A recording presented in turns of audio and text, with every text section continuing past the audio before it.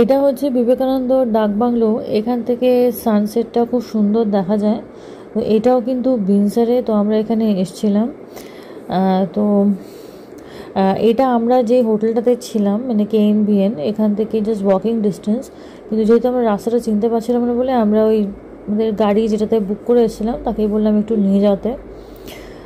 তো এখানে কিন্তু চিতা কিন্তু বেরোয়, মানে আমার মেয়ে যখন এই ভিডিওটা যখন করছিল তখন ও একদম পিছন দিকতে চলে গেছিলো। তো ওখানকার লোকেরা বলছে কি এখানে চিতা বেরোয়, একটু কেয়ারফুল থাকতে। তবে এটা কিন্তু এখন হোটেল হয়ে গেছে। তো এটা আগে মিউজিয়াম ছিল, কিন্তু এখন মিউজিয়ামটা নেই, এটা কিন্তু হলো হোটেলে হয়ে গেছে।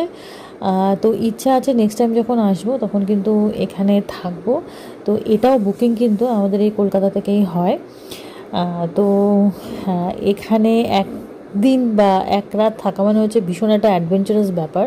কারণ আশেপাশে পুরো একদম নিস্তব্ধ, কিচ্ছু শোনা যাচ্ছে না, শুধুমাত্র ঝিঁঝি পোকার ডাক এই দিনের বেলাতেও।